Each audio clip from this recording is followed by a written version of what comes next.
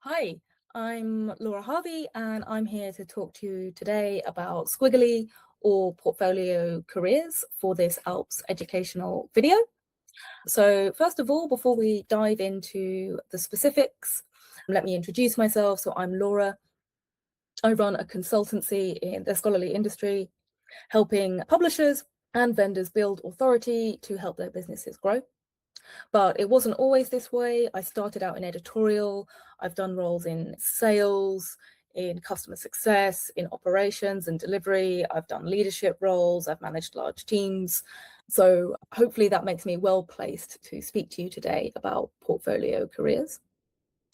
Before we dive into it, let's talk about what is a portfolio or quote unquote squiggly career. This is a term that's gotten really popular over the last 5 to 10 years, and it essentially means a career that involves multiple functional areas or job types over its course. So, for example, sales, editorial, marketing, and tech, those are all different functional roles, and a career that involved roles covering all of them over its course would be a squiggly or portfolio career. It can also apply to roles that traverse very different industries or verticals. So if you worked in finance and then you worked in tech and then you worked in media, would be similar. And why do people consider them? Why have they become such a trend? 2, 3 generations ago, our parents, grandparents, great-grandparents would have entered the job market and expected a job for life. And that is no longer the case for all sorts of economic, social, cultural reasons. And particularly in the last 5 to 6 years, there have been 3 events that have driven this trend. So the first is the pandemic. The pandemic, huge global disruption. It forced a lot of people to really reflect on what they wanted out of their life, what they wanted out of their work, whether where they were currently working and what they were currently doing really aligned with what they actually wanted. And that caused a lot of people to pivot and change careers and embrace a portfolio career.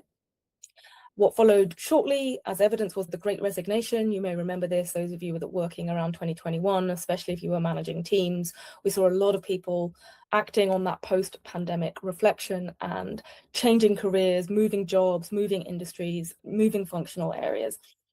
And that, of course, opened up lots of opportunities for other folks who might be thinking about moving and created a lot of movement. And then finally, of course, AI disruption.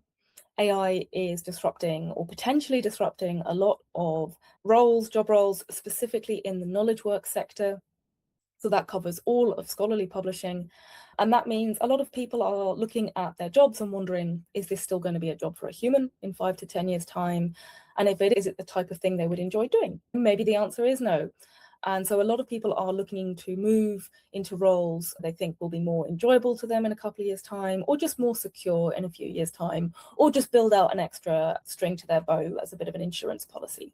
So those are some of the reasons that people look for portfolio or squiggly careers in the last sort of 5 to 6 years. So what about me? I'm going to give you a little bit of a potted career history and talk to you about why I made the moves I made and what I was thinking at the time. And then we'll talk about some advice for those of you in scholarly publishing looking to do something similar. So I have a chemistry background, and after a very brief foray into finance, I moved into scholarly publishing. I started out in journals editorial, and I worked at 2 different publishers, Future Science Group and the British Institute of Radiology, and I was in journals editorial roles for 6 years. And at that point, I was looking for a change, and I decided to move to the vendor side of things. And I got a role at Publons, which was a small startup at the time. And I joined as their head of publisher relations. So I oversaw all of the account management, customer success, renewals activity for their B2B SaaS business. Publons was then acquired by Clarivate a year later, so I went from a very small startup to a huge multinational organization. I stayed in that Publons role for another 2 to 3 years before making a move internally. I moved into a service delivery and operational leadership role. I was managing a team of 30. and we oversaw service delivery and customer success for all of Clarivate's publisher workflow business. So that means Scholar One, Web of Science, Author Connect, and the Publons products. And I was in that role for 3 years before I went back to startup world. I joined Exordo as their chief customer officer to lead a commercial transformation through the business. And in that role, it was very much commercial strategy. I oversaw sales, marketing, support, and success. And after that, I went out on my own and founded my own consultancy, which, if you've ever worked for yourself, you will know means you do absolutely every role all the time. So what was behind the moves I made? We've touched on it very briefly. I've gone from the publisher side to the vendor side. I've done editorial work, sales work, some marketing work, strategy work, delivery and operations work. So quite a lot of range there. And what drove it were two things. Moving from publisher to vendor was a decision I made because I wanted to broaden my network, and I wanted to work at a vendor so that I could talk to more publishers and more folk within the industry, which was the right choice to make for me at the time. And then the other driver for me, whenever I've moved roles, beyond the table stakes of compensation and the organization, the benefits of a role, all the basics you look for in a role, beyond that, I always look for learning. I always want to be learning something. And if you are watching this video and you're considering a portfolio career, that's probably the case for you. So I'm always looking for, what am I going to take away when I leave this role? And a really good check to see if an opportunity is right for you is, imagine yourself in the role. Imagine if it hasn't worked out. You do it for a year, it hasn't worked out. Maybe you didn't enjoy it. Maybe the project stalled. Maybe something else happened and it just didn't go the way you thought. Ask yourself, would you 100% regret it if that is how things turned out? And if the answer is yes, it's probably not the right opportunity for you. But if the answer is no, or no, no 100% or not entirely, then that is probably the right choice, because that means even if things don't work out or it's a lot harder than you expect, you're going to walk away with something. So that might be the title change. It might be the experience in a new industry or functional area. It might be the knowledge you gain, right? And that is something that you can take with you throughout your whole career, even if the success from that role didn't come. So that's an interesting way to look at a move, especially a sideways move, and check that it's right for you. Now, I'd like to have a little discussion about scholarly comms in particular, and why this is actually a really great industry if you find yourself considering a portfolio career and you're thinking about a sideways move at the moment. And then we'll move on to some specific advice that will hopefully be helpful to you if this is something you're thinking about. So scholarly communications is quite a niche industry. And if you're already in this industry, you have a huge advantage because you already have all of that industry context, the knowledge, you know what the acronyms are, you've probably got a network, you've already got that base level of understanding of the stakeholders and the pain points and the research life cycle. And that is valuable for absolutely any role in this industry, any role. So do not undervalue that starting point. If you're thinking about a sideways move, look for sideways moves from this industry to another role in this industry, because that knowledge that you bring and that understanding will make you so valuable compared to candidates applying from outside the industry. We've heard about the roles I've moved across, editorial to sales to leadership, operations, commercial strategy, and so on. All of that, and the through line for all of those changes has been my understanding of the industry and the stakeholders and my network. But I've also known people who've moved from customer success to product roles, tech to product roles, editorial to sales, other sorts of roles into a data science type tech role. So it doesn't just apply to the types of moves that I've made. I've known scores of colleagues who've done the same.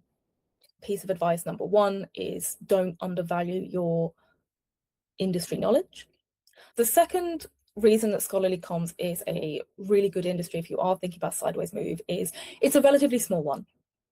People are generally pretty friendly and open. So if you are thinking about a sideways move, whether you've already decided what that you want that to be, or you're still thinking about it, ask your colleagues who are doing that role, ask people in your network who are doing that role. If you don't have colleagues who are doing it, or you don't have a network, ask your manager, ask other colleagues, like they might know someone. Most people are absolutely happy to speak to folk they don't already know if it's to get some advice. You can even reach out to people cold on LinkedIn. Keep it short, keep it polite, don't ask for too much, maybe a quick coffee or 20 minutes online call. But again, most people into this industry are pretty friendly, pretty open. They want to see new people enter the industry. So if you are looking just to hear about the type of role you want and what you need to read and what trends you need to be watching, have a look for people on LinkedIn or within your organization already doing that role and reach out to them.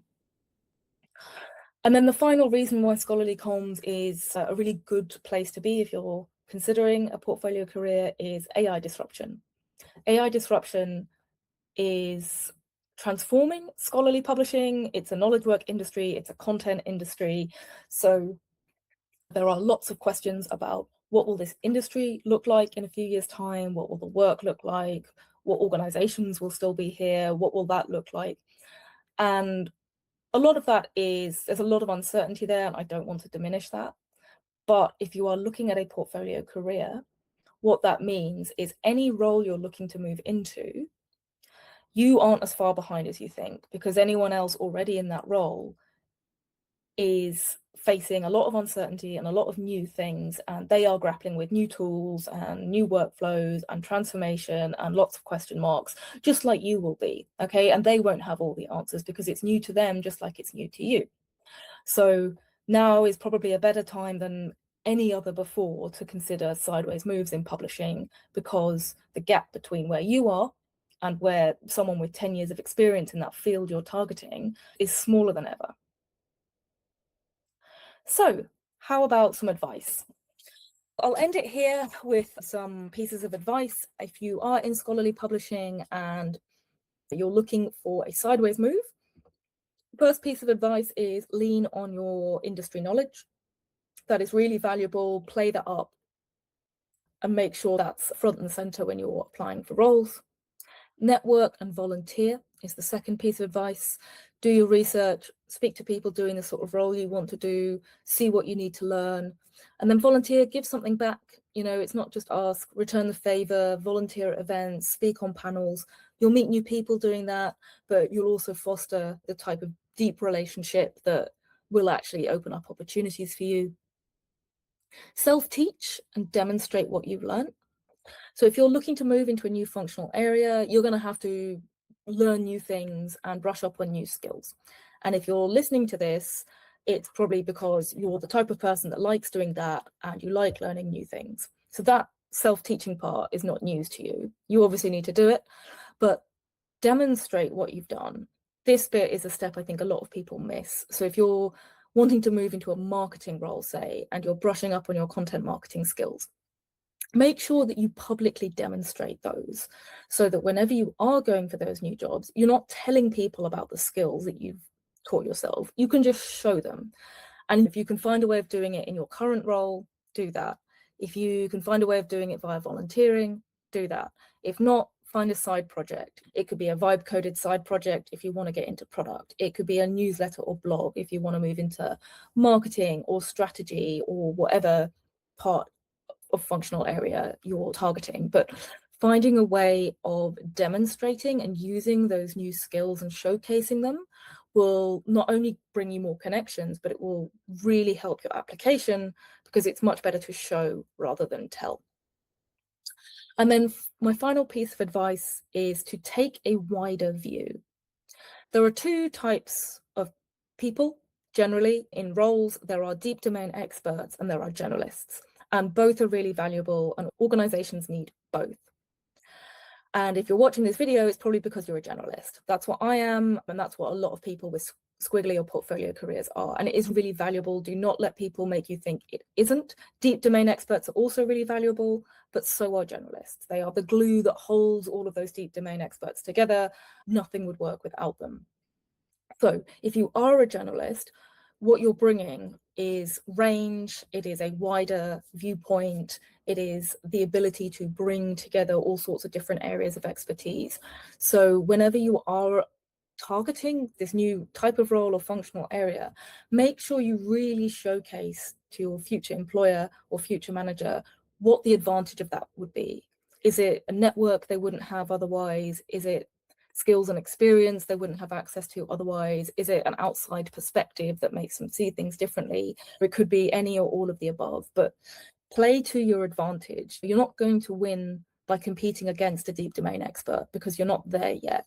But that doesn't mean that you can't be the best choice. You just have to show people why a generalist would be the best choice in your situation. So just in summary, the advice, if you are in scholarly publishing and you're considering a portfolio career and a sideways move, lean on your scholarly knowledge, network and volunteer, teach yourself something new that's relevant to this new pathway that you're interested in, and demonstrate that new skill publicly and take a wider view. I hope this has been helpful. And if anyone is considering a sideways move and any of my expertise might be relevant to you, or you just want to have a chat about it, reach out on LinkedIn. I'm happy to have a 15-minute chat if there's something you want to talk through. And I want to thank you for inviting me for this presentation, and I hope it's been helpful. Thank you.